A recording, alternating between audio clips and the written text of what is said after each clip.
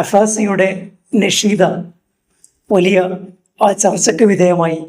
ഇക്കൂട്ടത്തിൽ പ്രധാനമായും ശ്രദ്ധിക്കേണ്ട ഒരു കാര്യം, അഫാസി ഉൾപ്പെടെയുള്ള ആളുകളെ പ്രൊഡ്യൂസ് ചെയ്തത് മദീന യൂണിവേഴ്സിറ്റിയാണ്. മദീന യൂണിവേഴ്സിറ്റി പോലെയുള്ള സ്ഥാപനങ്ങൾ ചരിത്രത്തിൽ എന്ത് ദൗത്യമാണ് നിർവഹിച്ചത് എന്ന് നാം പരിശോധിക്കേണ്ടതുണ്ട്.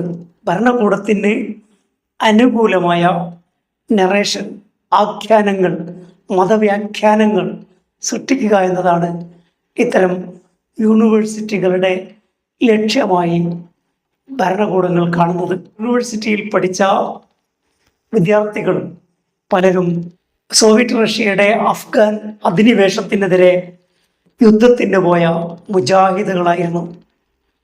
ആ ഘട്ടത്തിൽ മദീന യൂണിവേഴ്സിറ്റി ഉൾപ്പെടെയുള്ള സ്ഥാപനങ്ങളിൽ പഠിപ്പിച്ചിരുന്നത് ജിഹാദിനെ കുറിച്ചായിരുന്നു.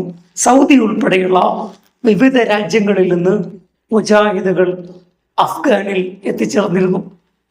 ഒസാമ ബിൻ ലാദൻ ഉൾപ്പെടെയുള്ള ആളുകളുടെ ഉത്ഭവം, അവരുടെ ആശയാടിത്തറ അഫ്ഗാനിലെ പോരാട്ടമായിരുന്നു. അന്ന് ഇത്തരം സ്ഥാപനങ്ങൾ വലിയ രീതിയിൽ മുജാഹിദുകളെ പ്രൊഡ്യൂസ് ചെയ്തു.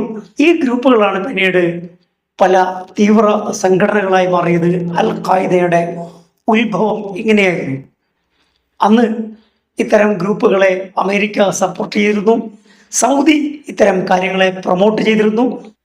ഇറാഖ് കുവൈറ്റിനെ ആക്രമിക്കുന്നതോടുകൂടി അമേരിക്കയുടെ സൈനിക സാന്നിധ്യം ഗൾഫ് രാജ്യങ്ങളിൽ ഉണ്ടാകണം എന്ന് അറബ് രാഷ്ട്രങ്ങൾ തീരുമാനിക്കുന്നു. സൗദി അറേബ്യയിൽ തന്നെ അമേരിക്കൻ പട്ടാളത്തിൻ്റെ ബേസ്മെൻറ്റുകൾ ഉണ്ടാകുന്നു. അമേരിക്കയുമായി ചേർന്നിട്ടുള്ള സഖ്യത്തെ തുറന്നെതിർത്തുകൊണ്ടാണ് ഒസാമ ബിൻ ലാദൻ അൽ ഖായിദയുടെ രൂപീകരണം നടത്തുന്നത്. അന്ന് അദ്ദേഹം തുറന്നെഴുതിയ കത്തിൽ വളരെ വിശദമായി ഇക്കാര്യം പറയുന്നുണ്ട്. സൗദിയെ സംബന്ധിച്ച് ഒരു വലിയ പ്രതിസന്ധി ഘട്ടമായിരുന്നു ഇത്. ശത്രു രാജ്യമായ അമേരിക്കയുടെ സഹായം എങ്ങനെ സ്വീകരിക്കുമെന്ന ചോദ്യം സലഫികളെ കുഴക്കിയിരുന്നു. എന്നാൽ ഭരണകൂടത്തിൻ്റെ താല്പര്യങ്ങൾക്കനുസരിച്ച് മദീന യൂണിവേഴ്സിറ്റികൾ ഉൾപ്പെടെയുള്ള സ്ഥാപനങ്ങൾ ഫത്വകളും അതിനാവശ്യമായ ടിപ്പണികളും നൽകിക്കൊണ്ടിരുന്നു.